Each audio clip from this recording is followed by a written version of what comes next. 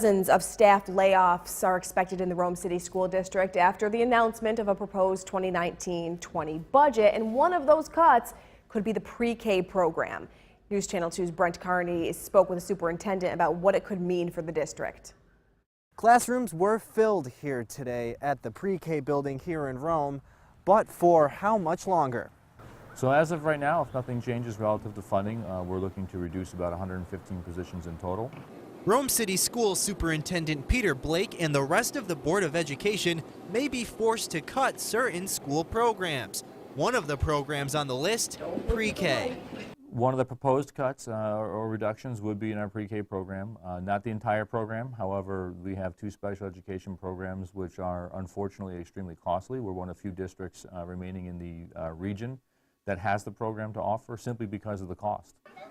And the grants that come from the state relative to pre-K don't fully cover and don't even come close to covering the cost that is associated with the program. So those two special education programs unfortunately are a proposition to the board right now, as well as the pre-K 3 program.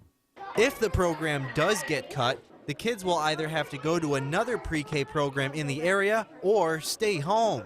I'd be the first one to admit that cutting early childhood is not a thing that anyone wants to do, and I wouldn't recommend that for anybody. But when I have to find $10 million to balance the budget by law, which I'm required to do by law, I have to find a way to make those numbers line up. Deciding which programs to keep and which ones to let go isn't easy. And you look at all the numbers, and unfortunately, when your gap is as large as $10 million, you usually start with the biggest ticket items that will help you close that gap the fastest.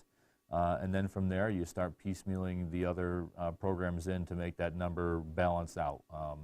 It's not an easy process to do. The cuts for now are just propositions to the board, which means that these programs can still be saved. There's a way to save everything. If we are able to receive the funding that we're rightfully deserved through the foundation aid formula, then yeah, we're going to have a much better year than anticipated. But for right now, we have to budget based on our known revenue, and our known revenue is significantly less than our expenditure budget would be.